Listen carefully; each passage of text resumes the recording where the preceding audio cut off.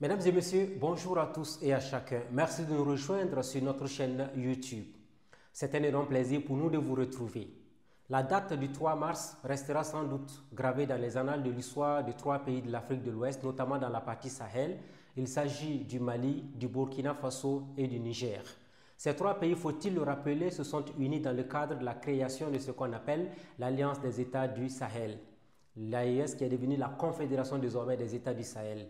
Le 3 mars 2025, les présidents Assimi Goïta du Mali, le président Ibrahim Traoré du Burkina Faso et le président du Niger, le général Abdourahmane Tiani, ont hissé au niveau des palais présidentiels respectifs des trois pays le drapeau de la Confédération des États de l'Alliance du Sahel.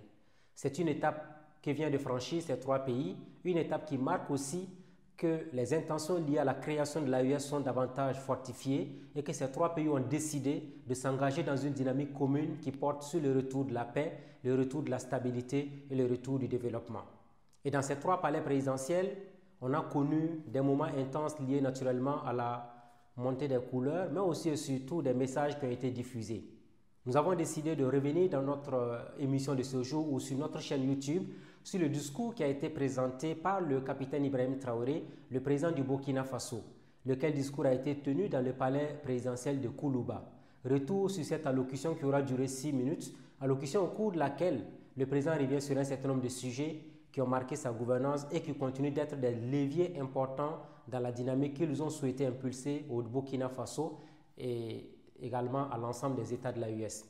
Ibrahim Traoré revient sur l'importance de la souveraineté, l'importance de s'assumer et l'importance du développement de ces trois pays qui ont été frappés, faut-il le rappeler, par le terrorisme qui continue d'endeuiller les populations. Merci d'être venu ce matin donc, pour la journée spéciale de montée donc, des couleurs de la Confédération AES. Je vous souhaite à tous un très bon mois de mars, un bon mois de Ramadan et une très bonne semaine. Je souhaiterais aussi rendre donc hommage à nos forces combattantes qui continuent leur mission et progressent donc avec honneur sur le champ de bataille. Je profite de l'occasion pour féliciter le comité d'organisation de l'événement qui s'est déroulé la semaine dernière, le FESPACO. Féliciter tous les acteurs qui n'ont ménagé aucun effort pour assurer la sécurité de ces événements qui se sont très bien déroulés. Remercier tous ceux qui ont fait le déplacement de Ouagadougou. Plus de 53 nationalités étaient présentes à Ouagadougou pour cette fête. Et je pense que c'était l'occasion aussi de témoigner à tous ceux-là qui ont voulu faire comprendre au monde que le Burkina était un pays invivable. Ils sont venus témoigner et battre en brèche tout ce mensonge-là. Donc nous ne pouvons que remercier tous les festivaliers qui ont fait le déplacement de Ouagadougou et espérons que tout un chacun est déjà retourné sain et sauf dans son pays. Pour ceux qui sont encore là, qu'ils profitent faire du tourisme et retourner en bonne santé dans leur patrie respective. Aujourd'hui, nous montons solennellement donc les couleurs de la Confédération AES et pour dire que l'AES poursuit son chemin, pas sans difficulté, mais nous continuons à construire petit à petit ce à quoi nos peuples aspirent. Au départ, les gens se sont moqués, on nous a ridiculisés parce que trois pays, pour eux pauvres, qui s'unissent, ça n'aboutirait à rien. Mais nous avons continué notre chemin et aujourd'hui, je pense qu'ils se rendent compte à l'évidence que nous sommes en train de réussir quelque chose que certains ne souhaitent pas voir, mais que certains aussi n'ont pas réussi à faire. C'est ainsi, lorsque vous essayez donc de casser les codes pour révolutionner votre vie, les gens vont toujours vous voir en ridicule. Ils se moqueront de vous. Mais finalement, ils se rendront compte que vous avez raison. Je pense qu'aujourd'hui, en regardant la géopolitique internationale et même sous-régionale, pour ceux qui sont éclairés, ils comprendront que l'AES a eu raison d'emprunter cet itinéraire. Pour ceux qui ne veulent pas se réveiller, nous ne pouvons rien faire pour eux. Ils resteront toujours dans leur sommeil, mais nous continuerons à évoluer. Donc nous souhaitons qu'à travers cette cérémonie solennelle, que tous les amis du Burkina Faso, les amis de l'AES, puissent comprendre que nous restons ouverts pour tous ceux qui veulent un partenariat sincère, respectueux. L'AES sera donc la terre d'accueil et nous pourrons collaborer. Mais ceux-là qui viennent pour nous exploiter ou avoir ce partenariat qu'on juge inapproprié, qui viennent pour violer notre souveraineté, notre indépendance, qu'ils comprennent que nous ne serons pas prêts à les accueillir.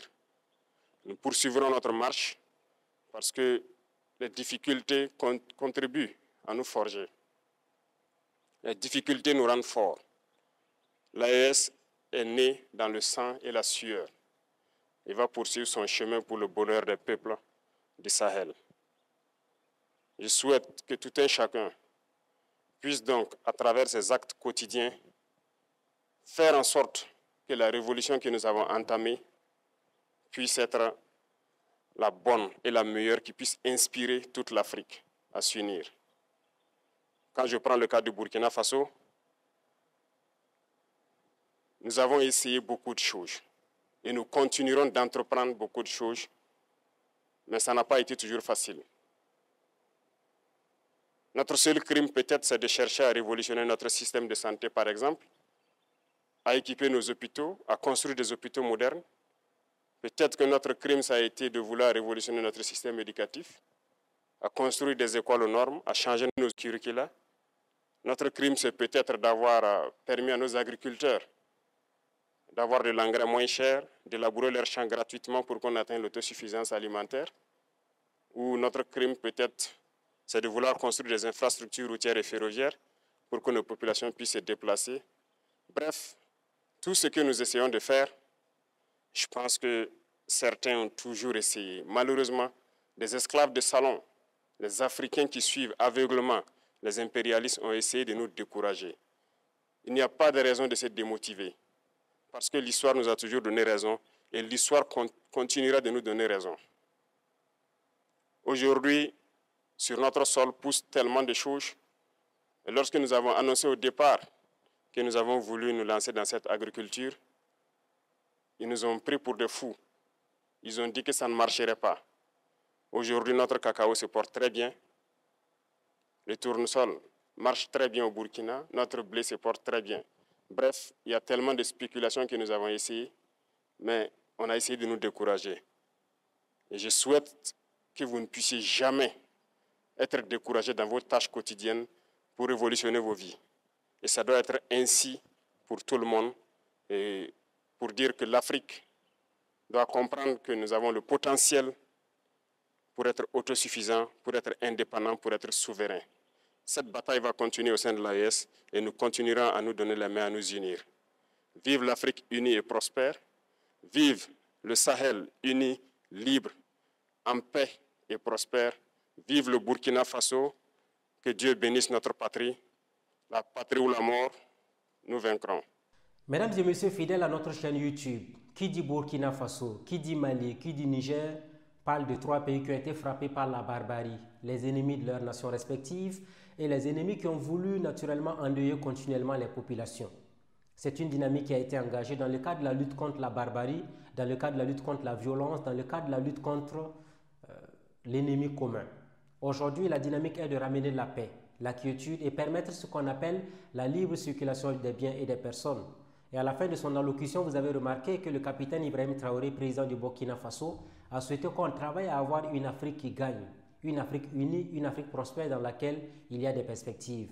Nous l'avons répété à plusieurs reprises, notre chaîne YouTube se veut le rendez-vous de tous les Africains qui veulent la paix, qui veulent la prospérité, qui veulent le développement économique, qui veulent travailler à l'émergence d'un continent qui veut s'en sortir et qui prend ses responsabilités. Abonnez-vous massivement à notre chaîne YouTube, partagez nos vidéos, donnez-nous vos opinions, partagez-nous vos commentaires parce que c'est ensemble que nous allons faire bouger les lignes, c'est ensemble que nous allons écrire les belles pages de l'histoire du continent africain que nous aimons tous. Salut et rendez-vous la prochaine fois avec une autre vidéo. Salut et à bientôt.